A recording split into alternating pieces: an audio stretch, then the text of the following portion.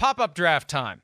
The best receiver, corner, teammates now. Must-see TV at practice when number one corner is covering number one receiver. Who do you got? All right. I think, man, I'd go to Miami right away. And it's a little bit like, who do you want to pick here, okay? I'm going to go with Tyreek Hill versus Xavien Howard. I know Jalen Ramsey's there, and he's really good. I don't think Jalen Ramsey's as good at cover corners as Xavien Howard. There's no disrespect there, all right? For anybody, Quandre Diggs, don't get mad at me on social media or anybody like that. I still think Jalen Ramsey's really good. But, yeah, Xavien Howard, Tyreek Hill every day. I mean, Xavien Howard's been that guy you're talking about with Sauce Gardner. It's been lockdown. It's been island. It's been, one of those where some of the grading sites don't give him the respect he does, Mike, because like we talk about all the time, it's like, oh, yeah, cover this guy who runs 4.3 all over the field, and we just expect you to stop him. They put a lot on his plate. But, man, him versus Tyreek Hill in practice every day, I think that'd be a damn good show.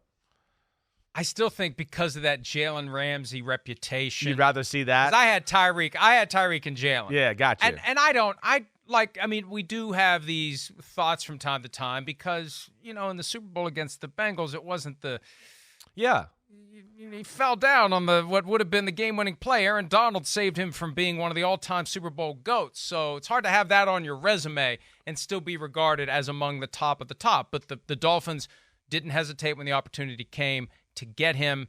And you can't. I mean, really, the Dolphins are scary. They're this year. stacked. The biggest question is, can the quarterback stay healthy? Yeah. They could be awesome this year. And the Bills might not make the playoffs this year, folks. The team that finishes second in the AFC East might not get in. You may have to win that division, and the Dolphins may be the team to do it. All right. You mentioned Patrick Surtain, and I don't know who the best receiver is there in Denver, and there's already talk that maybe it could be like the Three Amigos again. Remember when they had that in the 80s? Right. What was it? Vance Joseph. Vance Joseph. Right. Who else? No, Vance Johnson. Oh, Vance Johnson. You're right. Jackson. And who Ricky, else? Ricky Nattiel. Ricky Nattiel. Yeah. Right? So Vance Joseph, Mark Jackson, Ricky Nattiel. That was it, right? Johnson. Vance Johnson. I keep saying that. Sorry, my bad. Yeah. So I'll go Jerry Jeudy. Okay. I'll go Patrick Surtain and Jerry Jeudy. You got to pick one of them. I'll go Jeudy. Okay. So yeah. That'll be some battles, assuming that the quarterback holds up his end of the bargain and can deliver the football. But we assume he can. Yeah. We assume he can. Hard reset with Sean Payton there. Russell Wilson's great again. And Jeudy versus Surtain in practice. Yeah, and it ain't the first time they've gone against each other in practice, right? This is just continuing from Alabama. This is so I'm sure that probably does get a little personal because they literally, I'm sure, know each other where he's like, oh, he likes to do this when I do that. So there's probably a real chess match that goes on. I'm sure they can get underneath each other's skin in a hurry there. That's a good one by you. I think I'm going to go down to Dallas next. Trayvon Diggs might be the best playmaker DB in football, the guy to play the ball, make something happen, pick six, ball skills, right? His brother's an awesome NFL receiver. But Trayvon Diggs versus CeeDee Lamb, that'd probably be the other one there. CeeDee Lamb last year, I think, finally came about to where we went, whoa, he's one of the better receivers in football. He'd been good to that point, but it was a little underwhelming. Diggs, we know, had that rookie year that was phenomenal. He can get burned every now and then, but, man, he can make plays too. He's got a lot of guts. That would be one to watch on a daily basis. Yeah, I agree with you. That one was on my list. And we went through this. I don't know that you were on the show that day. It was Miles Simmons.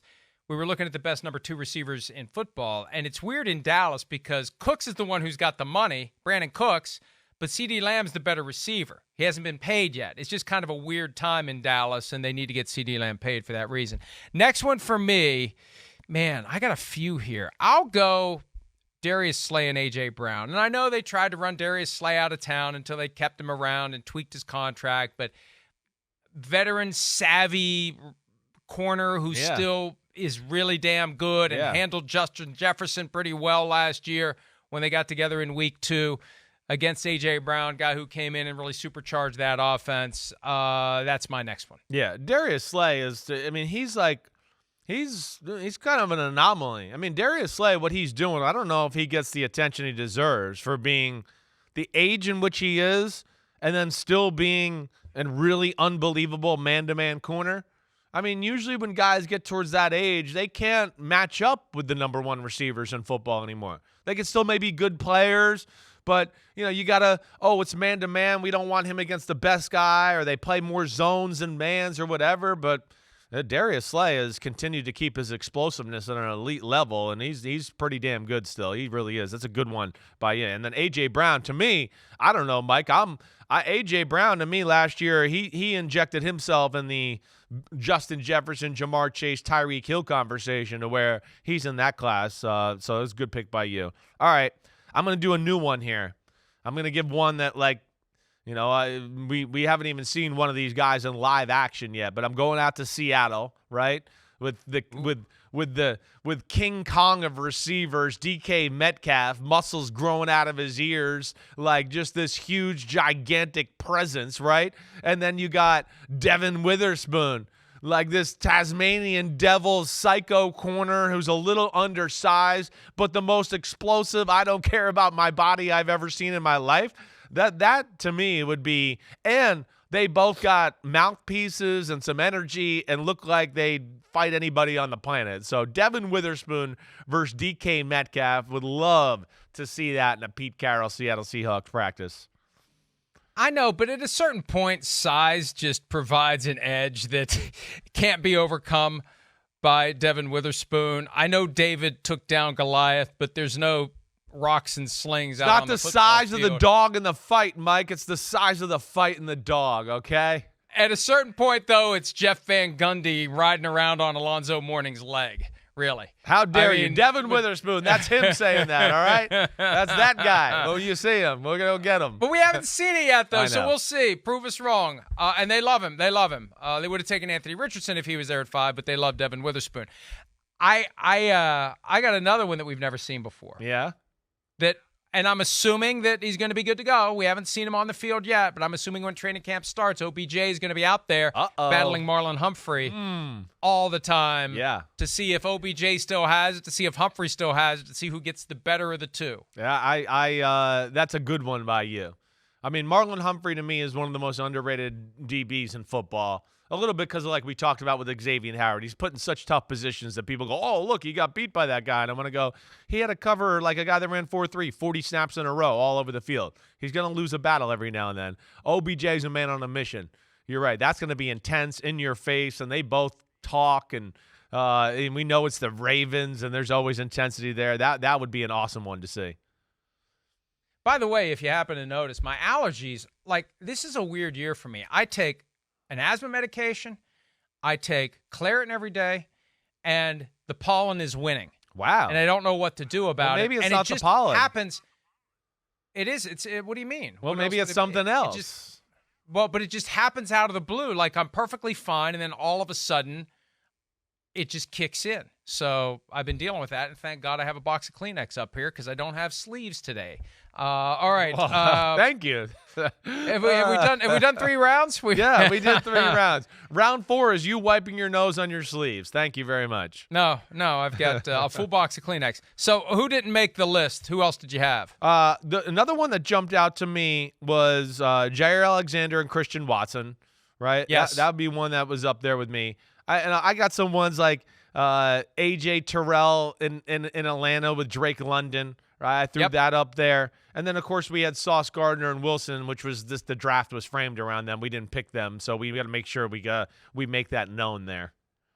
Yeah, it was the Sauce Gardner, Garrett Wilson Memorial Draft, even though they were in kindergarten when Aaron Rodgers was a rookie. I also had, where is it? I was looking at it. J.C. Jackson, Mike Williams. That was another one. I had Denzel Ward and Amari Cooper. Ward and Amari Cooper. Yeah, okay. All right. I think we hit on all the main ones there, at least the sexiest ones that we got out there.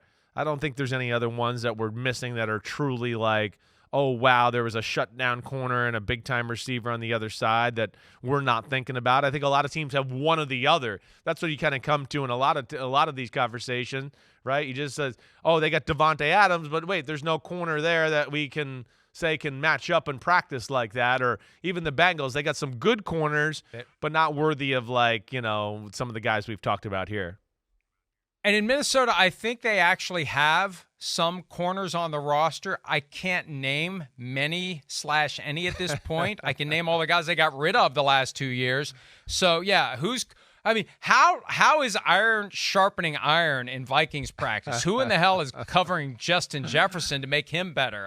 We're yeah. 2 right, segments in on a Monday, and you've complained about the Vikings in both. Woo-wee! Hey, happy offseason, Vikings.